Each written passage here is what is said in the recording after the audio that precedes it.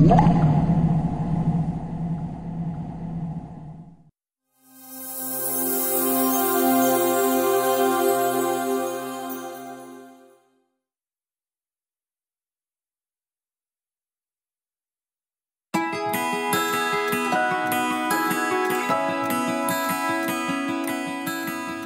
शेतकरी मित्रांनो, शेती करणं आजकाल खूपच खर्चिक होत चाललेलं आहे। शेती जर आपल्याला नफ्यात करायची असेल तर तिला एखाद्या जोडधंद्याची साथ द्यावी लागते। दुग्ध व्यवसाय हा त्यातलाच एक सोपा आणि शेतकऱ्याचं आर्थिक उत्पन्न झपाट्याने वाढवणारा जोडधंदा आहे। परंतु आजही आपल्यापैकी बरेच शेतकरी बांधव हा व्यवसाय करत नाहीत। त्यांना तो करायला आवडत नाही असं आहे का? तर नाही, ते करत नाहीत कारण दुग्ध व्यवसाय करताना एक महत्त्वाची समस्या आपल्या सर्वांना प्रकर्षाने जाणवते आणि ती म्हणजे वर्षभर हिरव्या चाऱ्याची। आणि हीच खरी दुग्ध व्यवसायातली समस्या आहे। पावसाळ्याचे काही महिने सोडले तर कोरडवाहू भागातील शेतकऱ्यांना वर्षभर पौष्टिक असा हिरवा चारा मिळणं हे खूपच अडचणीचं झालं आहे। साधारण जानेवारी ते जून या 6 महिन्यामध्ये पुरेसं पाणी उपलब्ध नसल्यामुळे आपण मका, कडवळ यासारखी चारा पिकं घेऊ शकत नाही। त्यात गावची शिवारं वर्षानुवर्ष आपण करत असलेल्या मोकाट चराईमुळे ओसाड पडलेली आहेत। शिवाय गवताची लागवड आणि संवर्धन न केल्यामुळे स्थानिक गवतही नामशेष होताना दिसत आहेत। अशा परिस्थितीत मग उन्हाळा आला की आपल्या काही शेतकरी बांधवांना कुठून तरी चढ्या भावाने हिरवा चारा खरेदी करावा लागतो किंवा आपल्या जनावरांना नेऊन चारा छावणीत बांधावं लागतं। मग याच्यातून मार्ग कसा काढायचा? असा मार्ग जो आपल्याला स्वतःला काढता येईल, ज्यामुळे आपल्या भुकेल्या जनावरांना खायला चारा घालण्यासाठी कधीही कुणापुढे हात पसरायची गरज पडणार नाही। गाव आणि घरदार सोडून फक्त जनावरं जीवन ठेवण्यासाठी चारा छावणीची वाट धरावी लागणार नाही। असा कोणता चमत्कारी मार्ग आहे जो शेतकऱ्याला चाऱ्याच्या बाबतीत स्वावलंबी बनवेल? शेतकऱ्याला हा मार्ग सापडू शकतो अशा प्रकारच्या चाऱ्याच्या शेतीत जी एकाच हंगामात करायची आणि वर्षभर हिरव्या चाऱ्याची समस्या सोडवायची। मित्रांनो, आपल्यापैकी बरेच शेतकरी बांधव हे धान्याची शेती करतात, फळाफुलांची शेती करतात, ऊसाची शेती करतात, पण चाऱ्याची शेती खूपच कमी शेतकरी करतात आणि जे करतात ते सुद्धा तयार झालेला चारा लगेच जनावरांना खायला घालून मोकळे होतात आणि मग उन्हाळ्यात चारा नाही म्हणून हवालदिल होतात। मग करायचं काय? हिरवा चारा नसताना असा चारा आपल्याला जनावरांना खायला घालायचा आहे जो ताज्या चाऱ्या इतकाच पौष्टिक आहे, शिवाय तो वर्षभर उपलब्धही असतो। या चाऱ्याचं नाव आहे मुरघास, म्हणजेच मुरलेला चारा, ज्याला इंग्रजीमध्ये सायलेज असं म्हणतात। आता तुम्ही म्हणाल, काय असतं हे मुरघास? याचा शोध कुणी लावला? मुरघासाचा प्रवास मोठा आहे आणि या प्रवासामागची गोष्ट खूपच इंटरेस्टिंग आहे। हा प्रवास सुरू होतो जर्मनीमध्ये।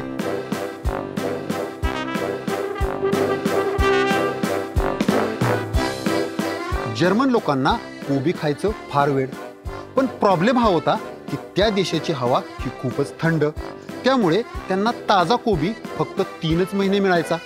मग त्यांनी यावर एक तोडगा काढला।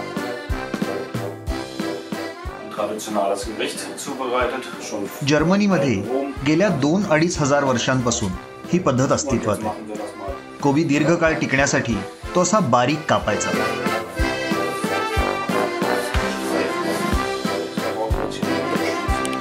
एका भांड्यात भरायचा,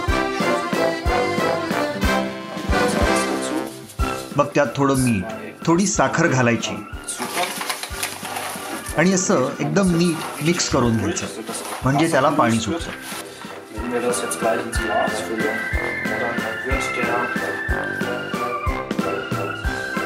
तो कोबी एका हवाबंद बरणीमध्ये भरायचा, म्हणजे काही काळानंतर तो आंबण्याची प्रक्रिया सुरू होते, जी त्याला दीर्घकाळ टिकण्यासाठी मदत करते।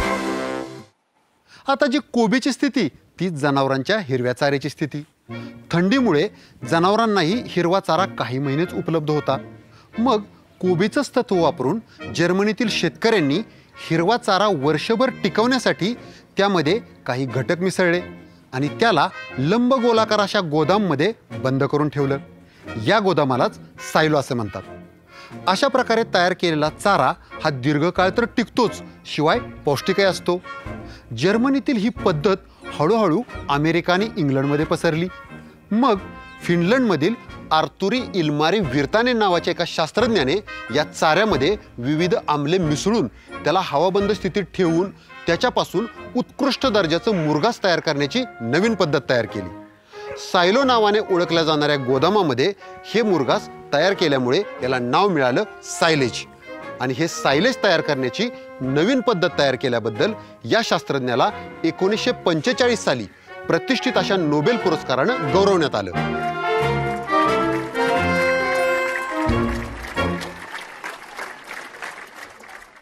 या सायलेजमुळे जनावरांच्या हिरव्या चाऱ्याचा प्रश्न हा कायमचा मिटला होता। कोणताही अन्नपदार्थ हवेच्या संपर्कात आला की त्याची किण्वनची म्हणजेच आंबण्याची प्रक्रिया सुरू होते आणि तो पदार्थ खराब होतो। परंतु जर आपण त्या अन्नपदार्थावर थोडीशी प्रक्रिया केली आणि त्याला हवेच्या संपर्कात येऊच दिला नाही तर असे पदार्थ दीर्घकाळ टिकतात। मित्रांनो, मुरघासाचे असंच असतं। चाऱ्यावर थोडीशी प्रक्रिया केली आणि त्याला हवाबंद स्थितीत ठेवलं की मग हा चारा दीर्घकाळ टिकतो आणि त्याची पौष्टिकता ही जराही कमी होत नाही। हे मुरघास तुम्ही घरच्या घरी तयार करून तुमच्या जनावरांसाठी शाश्वत हिरव्या चाऱ्याची व्यवस्था करू शकता। शिवाय तुम्ही या मुरघासाचा व्यवसायही करू शकता, कारण आजकाल या मुरघासाला मार्केटमध्ये प्रचंड मागणी, शिवाय याला भावही चांगला मिळतो। त्यामुळे तुम्ही जर या मुरघासाचं नीट नियोजन केलं तर हे विकून तुमच्या खिशात 4 पैसेही खुळखुळतील। त्यासाठी आपण काय करायचं, आपण लावायचं मका, कडवळ, नेपियर घास यासारखी चारा पिकं। आता आपल्याला या चारा पिकाचं काय करायचं आहे, हा चारा तयार झाल्या लगेच तो आपल्या जनावरांना टाकून संपून टाकायचा नाही। आपलं उद्दिष्ट काय आहे, या चाऱ्याचं मुरघास तयार करायचं आणि अशा वेळेसाठी जपून ठेवायचं ज्यावेळी हिरव्या चाऱ्याची कमतरता असते। आपण नाही का कठीण प्रसंगासाठी काही पैसे बाजूला काढून ते बँकेत ठेवतो, तसंच हे असतं। उन्हाळ्यामध्ये हिरवा चारा सहजासहजी उपलब्ध नसतो, अशा वेळी आपण जपून ठेवलेलं चारा पिकाचं मुरघास हे जनावरांना खायला द्यायचं। पावसाळ्यात म्हणजेच खरीप हंगामात हिरवा चारा हा मुबलक प्रमाणात उपलब्ध असतो। अशा वेळी खरीप हंगामातील चारा पिकं ही जरी आपण मुरघासासाठी राखून ठेवली तरी आसपासहून अतिशय स्वस्तात चारा विकत आणून तो आपल्या जनावरांना देऊ शकतो। एरवी वर्षभर हिरवा चारा उपलब्ध होत नाही, त्यामुळे दुधाचं उत्पन्नही कमी येतं। परंतु हे सायलेज तयार केल्यामुळे गायींना वर्षभर शाश्वत हिरवा चारा मिळतो, त्याचा त्यांना जबरदस्त फायदा होतो। म्हणजेच त्यांचं दुग्ध उत्पादन व नफ्यात प्रचंड वाढ होते। मित्रांनो, जर तुमच्याकडे खरीपाबरोबरच रब्बी हंगामातही पिकाला पाणी देण्याची सोय असेल तर तुम्ही जास्त मुरघास तयार करून जास्त नफाही मिळवू शकता, कारण वर्षभर तुम्हाला बाहेरून हिरवा चारा विकत आणण्याची गरजच पडणार नाही। आणि जर समजा तुमच्याकडे दुभती जनावरं नसतील किंवा अतिरिक्त मुरघास तयार असेल तर असा मुरघास तुम्ही जानेवारी ते मे या महिन्यामध्ये विकून चांगला नफाही कमवू शकता। हे मुरघास आपल्याला घरच्या घरी तयार करता येईल का? 100% करू शकतो, अगदी सहज। चला तर मित्रांनो, इतकं प्रचंड फायदा देणारं मुरघास घरच्या घरी कसं तयार करायचं ते पाहूया।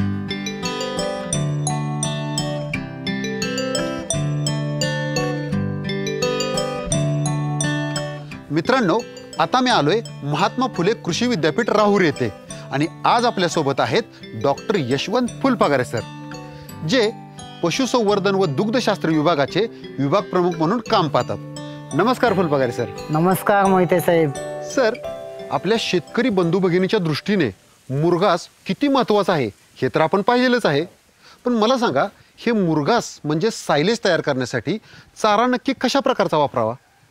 मुरघास तयार करण्यासाठी मुख्यत्वे एकदल चारा म्हणजे गवतवर्गीय चारा चांगला असतो। त्यात मुख्यतः मका हा सगळ्यात चांगला, याशिवाय कडवळ, हायब्रिड नेपियर यांच्यापासूनही चांगल्या प्रतीचा मुरघास तयार होऊ शकतो। किंवा कधी कधी ज्यावेळेस बऱ्यापैकी वाळलेल्या चाऱ्यापासून जर का मुरघास तयार करायचा असेल तर अशा वेळेस कधी कधी लसूण घास किंवा बरसीम यांचाही वापर करून आपल्याला मुरघास तयार करता येतो। मित्रांनो, आता आपण 1 टन मक्याचं मुरघास तयार करणार आहोत। तर सर, हे मुरघास नक्की कसं तयार करायचं याबद्दल जरा टप्प्याटप्प्याने सांगा ना। मुरघास तयार करायची प्रक्रिया टप्प्याटप्प्यानं जर का आपण म्हटलं तर आपल्याला शेतातून मका कापून आणण्यापासून आपण सुरुवात करूया. आज आपण मुरघास करायचा आहे म्हणजे आपण आजच मका कापली पाहिजे असं नाही.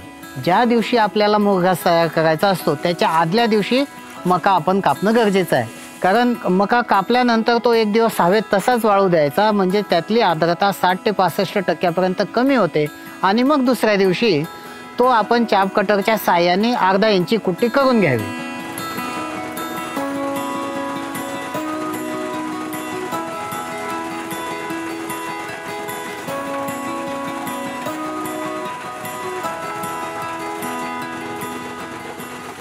पण सर, जशी आपण मक्याची कुट्टी करतो तसंच जर आपण दुसरं पीक वापरलं किंवा दुसरा चारा वापरला तर त्याची सुद्धा कुट्टी करणं गरजेचं आहे का? हो, मुरघास तयार करताना कुट्टी का करावी लागते तर त्यामागचं मुख्य कारण असं आहे की ज्यावेळेस आपण पिशवीत भरतो त्यावेळेस त्याच्यात कुठल्याही प्रकारची पोकळी राहू नये. आणि जर का कुट्टी अर्धा इंचाची असेल तर पोकळी राहत नाही आणि आपल्याला ते व्यवस्थित ठासून भरता येतो, म्हणजे त्यामुळे चांगल्या प्रतीचं सायलेज तयार होतं. बरं, आता पुढे काय करायचं सर? संपूर्ण 1 टन कुट्टी करून झाल्यानंतर आपण 1 किलो कल्चर 1 लिटर पाण्यात मिसळून त्याचं द्रावण तयार करून घ्यावं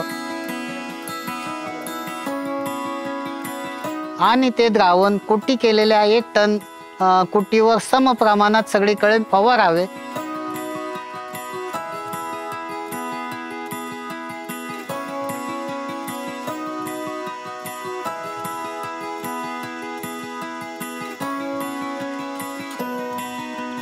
तर मित्रांनो, हे सायलेज कल्चर काय असतं असा प्रश्न तुमच्या मनामध्ये पडू शकतो.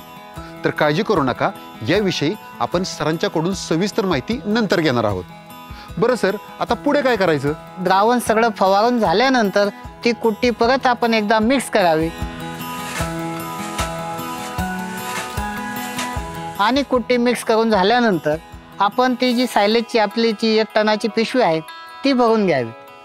मित्रांनो, हे सायलेज तयार करण्यासाठी एक विशिष्ट प्रकारची पिशवी वापरली जाते. या पिशवीबद्दल आपण सविस्तरपणे नंतर पाहू. पण सर, ही पिशवी भरताना काही विशेष काळजी घ्यावी लागते का? सायलेजची पिशवी भरत असताना एक आपण काळजी घेऊया की ती पिशवी भरताना तिला खूप जास्त प्रकारे दाबून भरली गेली पाहिजे, जेणेकरून तिच्यात कुठल्याही प्रकारे हवेची पोकळी राहता कामी नाही. जर का हवेची पोकळी राहिली तर कदाचित सायलेज खराब होण्याची शक्यता असते. म्हणून दाब द्यायला अजून एका माणसाला आपण त्या पिशवीतच उतरायला लावायचं आणि त्याला सांगायचं की तू त्याच्यावर नाच, चांगला कूद, जेणेकरून ती पूर्णपणे अशी पॅक बसेल.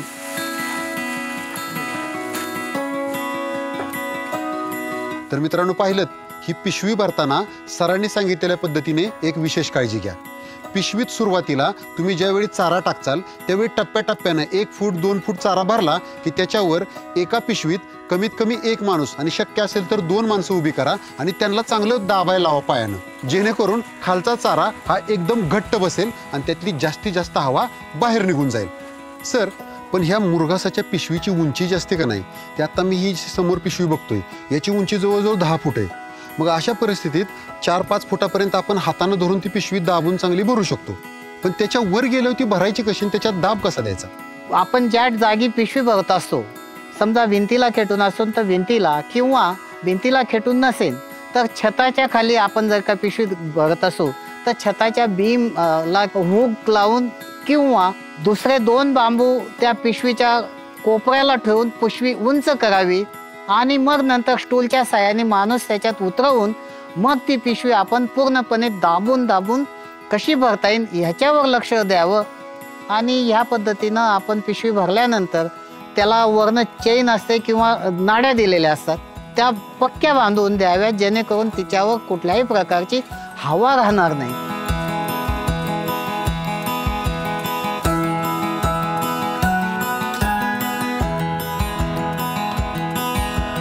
मित्रांनो, मुरघासाच्या पिशवीची उंची ही 10 फुटापर्यंत असते. अशा पिशवीमध्ये चारा भरण्यासाठी आपण लोखंडी अँगल किंवा गजाचा वापर करून पिशवीच्या उंची एवढी फ्रेम किंवा सांगाडा बनवावा. त्यानंतर पिशवी व्यवस्थित या फ्रेमला टांगून घ्यावी आणि त्यामध्ये चारा भरावा. मित्रांनो, या सांगाड्यामुळे पिशवीमध्ये चारा भरताना त्यातली जास्तीत जास्त हवा बाहेर काढणं सोपं जातं.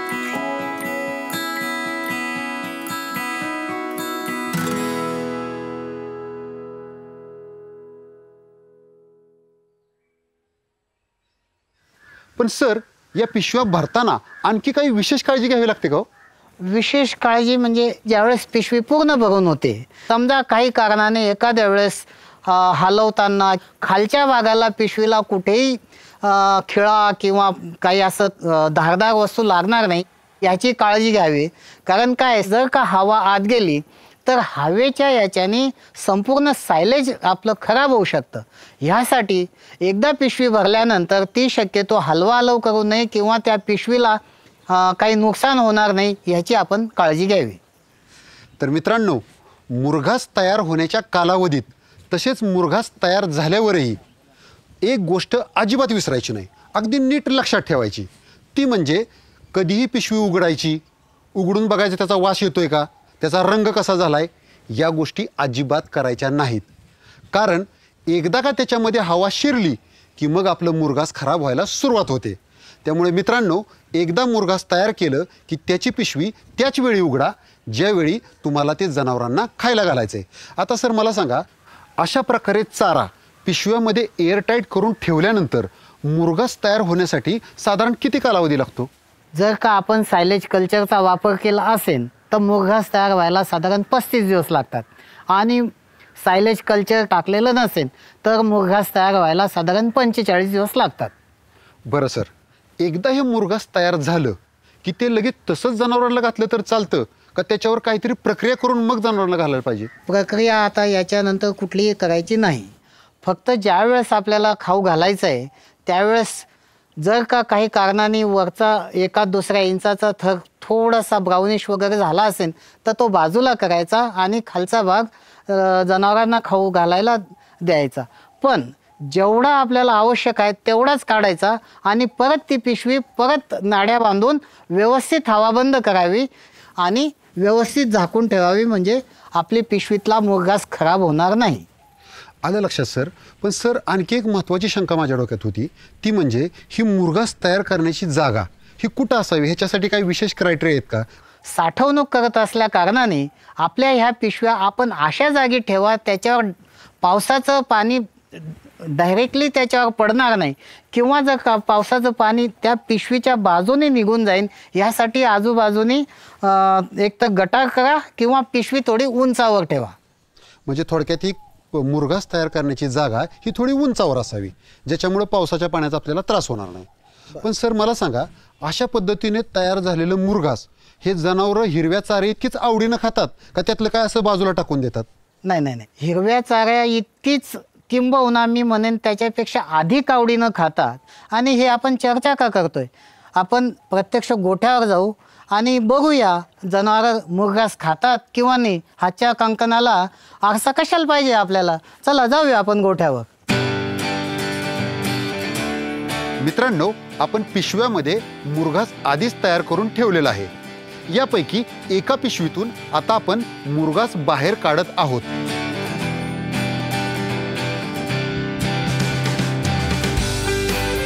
एकदा का पिशवीतून मुरघास बाहेर काढून झालं की त्या पिशवीचं तोंड घट्ट बांधून हवा बंद करून ठेवलेलं आहे.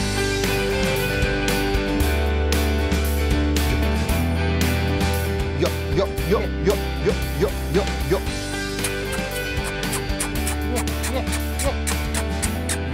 यो यो यो यो यो यो यो यो. अरे वा सर, ही तर अगदी चांगला आवडीनं मुरघास खातायत सर. हो, अगदी बरोबर आहे. कारण मुरघासाचा जो कवटासारखा पिकल्या कवट्यासारखा जो वास येतोय ना तो त्यांना आकर्षित करतो आणि त्या वासामुळे ते पटापटा खातात. पण सर, हे मुरघास तुम्ही नक्की कधी तयार केलं होतं? मी हा मुरघास 6 महिन्यापूर्वी केलेला आहे. 6 महिन्यापूर्वी? हो, अगदी. जरा वास घेऊन बघतो बरं कसा येतोय.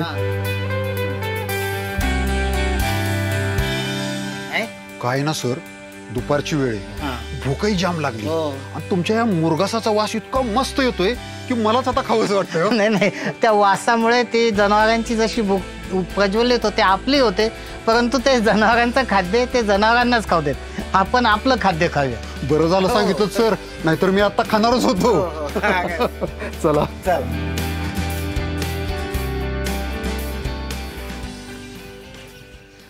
बरं मला एक सांगा सर, हे जे आपण मुरघास तयार करतो ते योग्यरित्या तयार झालंय की नाही हे ओळखायचं कसं? याचा असा काही ठोकताळ आहे का? म्हणजे बघा, याचा रंग कसा असावा, वास कसा असावा, याबद्दल जरा सांगा ना. हे बघा, मुरघास तयार झालेला आहे का नाही हे आपल्याला लगेच समजतं. मुरघासाची जी पिशवी आपण भरून ठेवलेली आहे त्याच्यातनं आपल्याला पिकलेल्या कवठासारखा वास यायला लागतो. म्हणजे ते एक इंडिकेशन आहे की मुरघास तयार झाला. आणि आपण म्हणताय तसं त्याचा रंग कसा असतो, जर आपण पिशवी उघडून पाहिली तर त्या हिरव्या कुट्टीचा रंग पिवळसर तांबूस असा दिसतो. आणि त्याच्यावरनं आपण समजायचं की हा मुरघास अतिशय चांगल्या पद्धतीचा तयार झाला. सर, मुरघास तयार झालंय हे ओळखायची लक्षणं माझ्या लक्षात आली, पण हे मुरघास खराब झालंय हे कसं ओळखायचं? ते अगदी सोपं आहे. जर का मुरघास चांगला तयार झालेला नसेल तर त्याच्यात ओलसरपणा जास्त असतो, पाणी असतं आणि त्याचा एक कळवट वास येतो. आणि जर का आपण ते उघडून बाजूला करून पाहिलं तर त्याच्यावर लगेच बुरशी दिसते काळ्या रंगाची. म्हणजे ती काळ्या रंगाची बुरशी दुसरं तिसरं काही नसून क्लोस्ट्रिडियम स्पेसीचं फर्मेंटेशन आहे आणि त्यापासून ब्युटरिक ॲसिड तयार होतो. त्याचा कडवट वास येतो आणि सायलेज पूर्णपणे काळं व्हायला लागतं. तर हे मुरघास खराब झाल्याची लक्षणं आहेत. म्हणजे सर, जर समजा आपलं मुरघास काळपट पडलं असेल, त्याला बुरशी आली असेल आणि त्याचा कुबट कडवट वास आला की म्हणायचं आपलं मुरघास खराब झालं.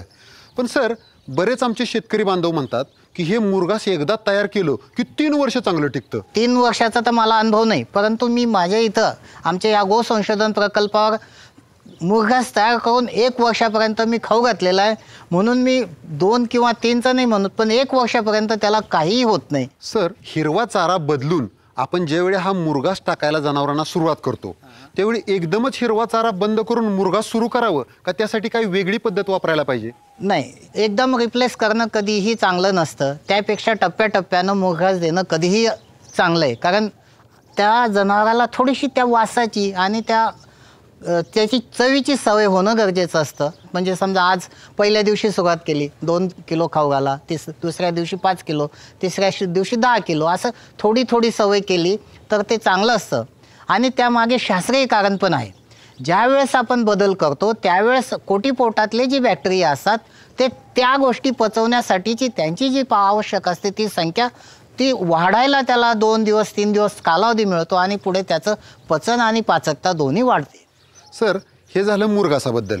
परंतु ज्यावेळी आपल्याकडचं मुरघास संपेल त्यावेळी हिरवा चारा घालताना तो टप्प्याटप्प्यानंच घातला पाहिजे का एकदम टाकला तरी चालेल? नाही, फक्त ती काळजी मुरघासाच्या बाबतीत घ्यावी. हिरवा चारा किंवा आपला दैनंदिन जो चारा आहे हा जनावरांच्या नेहमीच्या खाद्यातला घटक आहे.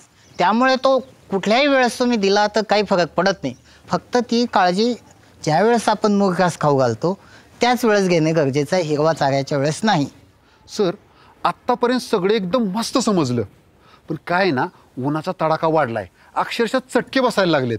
मग आपण पुढील चर्चा जरा सावलीत बसून करूया का? हो, अगदी मी तेच म्हणणार होतो. चला जाऊया सावलीला.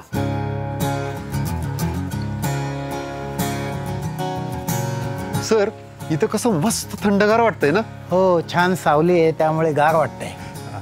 तर सर, माझा पुढचा प्रश्न असा होता की जर शेतकऱ्याकडे गायी म्हैशी यासारखी गुरं नाहीत परंतु शेळ्या मेंढ्या आहेत, तर या शेळ्या मेंढ्यांनाही हेच मुरघास घालावं का त्यासाठी काही विशिष्ट प्रकारचं किंवा वेगळ्या चाऱ्याचं मुरघास तयार करावं लागतं? नाही, कुठलाही वेगळा मुरघास करायची गरज नाही. जो मुरघास आपण गाई किंवा म्हशींसाठी केलेला आहे तोच मुरघास आपण शेळ्या मेंढ्यांनाही खाऊ घालू शकतो. कुठलीही काही अडचण येत नाही. आपण तत्वता एक लक्षात घ्या की शेळ्या मेंढ्या गाई म्हैसी ह्या निसर्गतः एकाच पद्धतीचे जनावर आहेत. त्यांना इंग्रजीमध्ये आपण कंपाऊंड स्टमक ॲनिमल म्हणतो आणि आपल्या मराठी भाषेत बोलीभाषेत त्यांना कोटीपोट असणारे किंवा रवंथ करणारे प्राणी म्हणतो. आणि त्यांची पचवण्याची जी पद्धत आहे, फर्मेंटेशन म्हणतो त्याला, तर त्या प्रक्रियेमार्फत हे होत असतं. आणि म्हणून कुठल्याही प्रकारचा चारा असला, म्हणजे मक्याचा असला, नेपियरचा असला, तर ते शेळ्या मेंढ्या सगळ्यांना चालतं. फक्त एकच आहे, ज्यावेळेस आपण शेळ्यांना किंवा मेंढ्यांसाठी मुख्यत्वे मुरघास करू किंवा सायलेज करू त्यावेळेस अर्ध्या इंचापेक्षा कमीची कुट्टी करावी, म्हणजे जेणेकरून सायलेज करताना आपल्याला ते दाबायला किंवा तुडून त्यातली जी हवा काढून टाकायला ते सोपं जातं, म्हणून साधारण अर्धा इंचापेक्षा कमीचे तुकडे म्हणजे कुट्टी करावी. सर, समजा एका शेतकऱ्याने 1 एकरात चारा पीक केलं, तर त्याच्यापासून त्याला मुरघास किती मिळेल आणि ते किती जनावरांना किती दिवसासाठी पुरेल? हे बघा, मुरघास तयार करायचा असेल तर जो चारा पीक आपण लावतो, उदाहरणार्थ मका घेऊया आपण.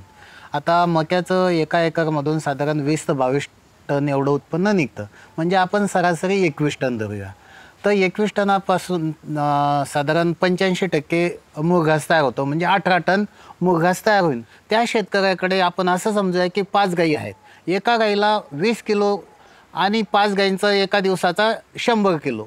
तर हा 100 किलो प्रमाणे रोजचा जर आपण हिशोब केला तर जो 18 टन मुरघास आपण तयार केलेला आहे तो त्या शेतकऱ्याला साधारण 6 महिने तर कमीत कमी पुरणारच आहे. आणि समजा त्याच्याकडे जर का 21 टनापेक्षा जास्त चारा उत्पादन झालं, समजा 25 झालं, 30 झालं, 25 झालं तर 7 महिने जाईल, 30 झालं तर 8 महिने जाईल.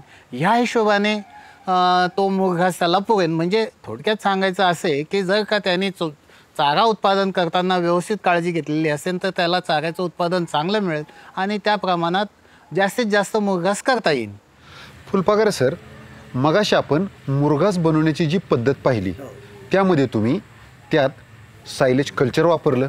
पण मला सांगा सर, हे सायलेज कल्चर नक्की काय असतं आणि हे कशासाठी वापरायचं?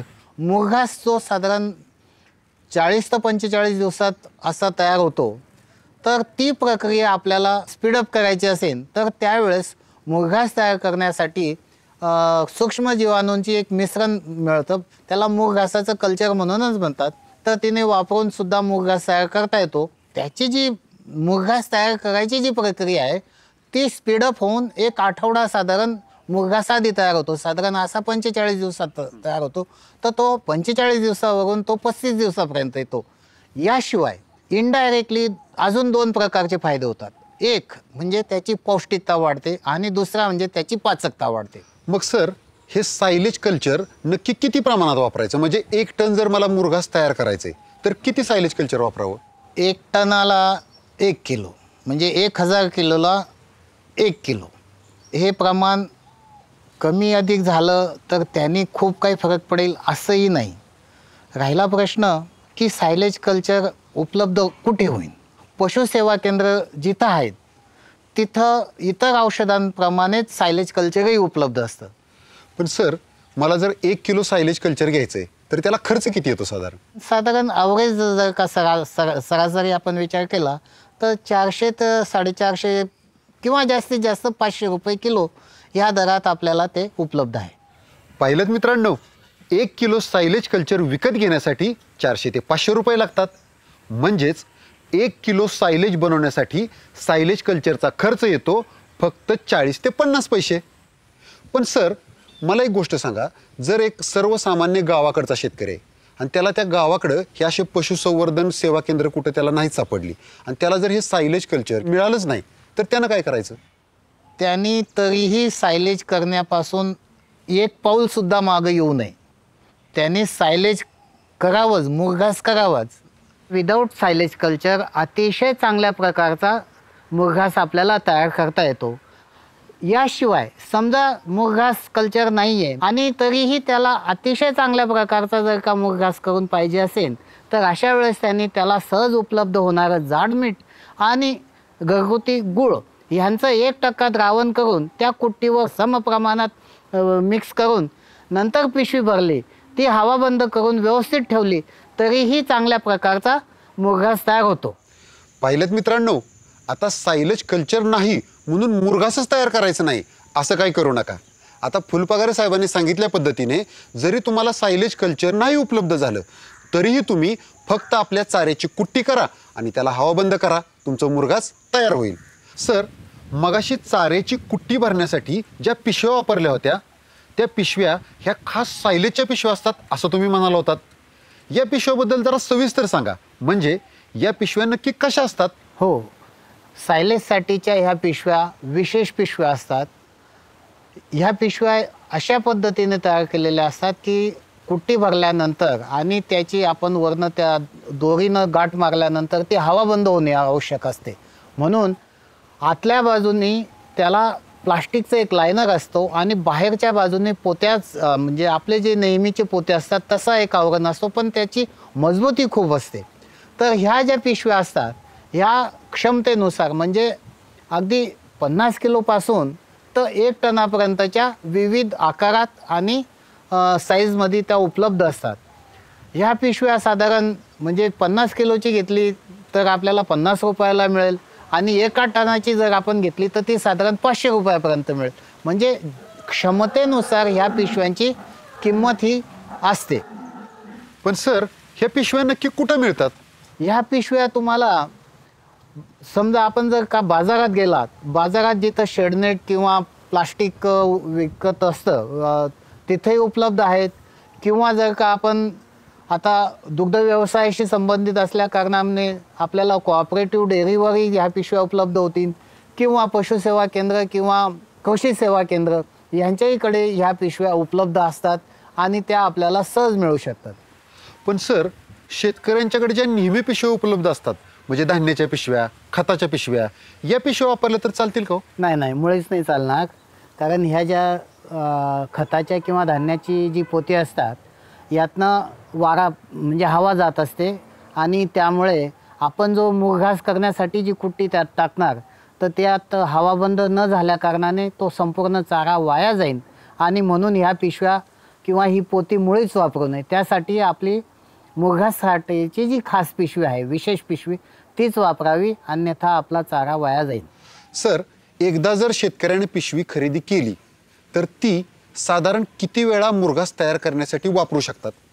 जर का हाताळताना ही पिशवीचं आतलं प्लास्टिक जे आहे ते फाटलेलं नसेल किंवा खराब झालेलं नसेल तर आपण ही पिशवी साधारण 4 ते 5 वेळेस वापरू शकतो. वा, धन्यवाद फुलपगारे सर. तुम्ही आज या मुरघासाबद्दल अगदी सुरुवातीपासून शेवटपर्यंत सविस्तर माहिती दिलीत. याचा आमच्या सर्व शेतकरी बांधवांना नक्कीच फायदा होईल आणि ते भविष्यात अशा पद्धतीने मुरघासही तयार करतील. तर आपण आज दिलेल्या या सविस्तर माहितीबद्दल मी पाणी फाउंडेशन आणि आमच्या सर्व शेतकरी बांधवांच्या वतीने तुमचं खूप खूप आभार मानतो. धन्यवाद. चला आता काही महत्त्वाचे मुद्दे पाहूया. मक्याची कणसं चिकात असताना त्याची पौष्टिकता व उत्पादन सर्वोच्च असते. त्यामुळे मक्याची कापणी ही कणसे चिकात असतानाच करावी आणि एकदा कापणी केल्यानंतर 1 दिवस त्याला शेतात पसरवून ठेवावं आणि त्यानंतर दुसऱ्या दिवशी त्याची कुट्टी करावी. मुरघासाची पिशवी हवाबंद होण्यासाठी त्यामध्ये चारा भरताना जास्तीत जास्त दाब द्यावा. चाऱ्याची कुट्टी करताना त्याची लांबी ही कमीत कमी राहील, म्हणजेच 10 ते 15 मिलीमीटर, म्हणजे आपल्या फुलपगारे सरांनी सांगितलं ना, अर्धा इंचापर्यंत ठेवावी, जेणेकरून चारा पिशवीमध्ये दाबून बसवण्यासाठी मदत होते. जास्तीत जास्त हवा बाहेर निघते आणि चारा साठवण्याची आणि आंबवण्याची प्रक्रिया सर्वोत्तम होते. मुरघासाची पिशवी जर हवाबंद ठेवली नाही किंवा ती फुटलेली असेल तर मुरघास खराब होतं. म्हणजेच हवा हा मुरघासाचा नंबर 1चा शत्रू आहे. मुरघासाची पिशवी भरून झाल्यावर ती अशा ठिकाणी ठेवावी जिथे जनावरे म्हणजेच कुत्री, उंदीर, घुशी यांचा उपद्रव होणार नाही आणि पिशवी फाटणार नाही. जर पिशवी फाटली तर मुरघास खराब होते. जनावरांना मुरघास देताना एकदा उघडलेली पिशवी ही कमीत कमी वेळ उघडी राहील याची दक्षता घ्यावी. त्यासाठी जनावरांच्या संख्येनुसार गरजेइतकं मुरघास काढून ते लगेच जनावरांना द्यावं. आणि जर समजा आपण ही काळजी घेतली नाही तर ऑक्सिडेशनची प्रक्रिया होऊन मुरघास गरम होतं आणि ते खराब होतं.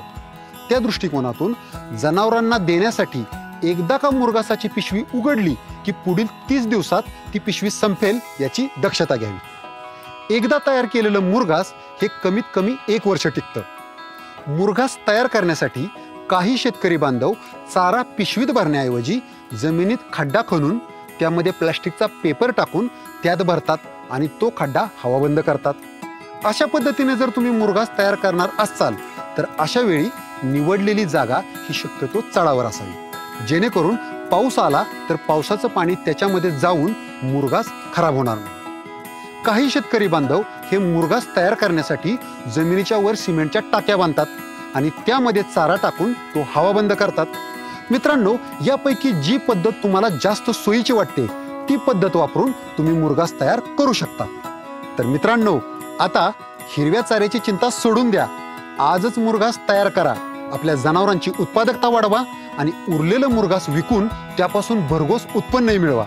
म्हणजे दूध का दूध, चारे का चारा आणि पैसे का पैसा.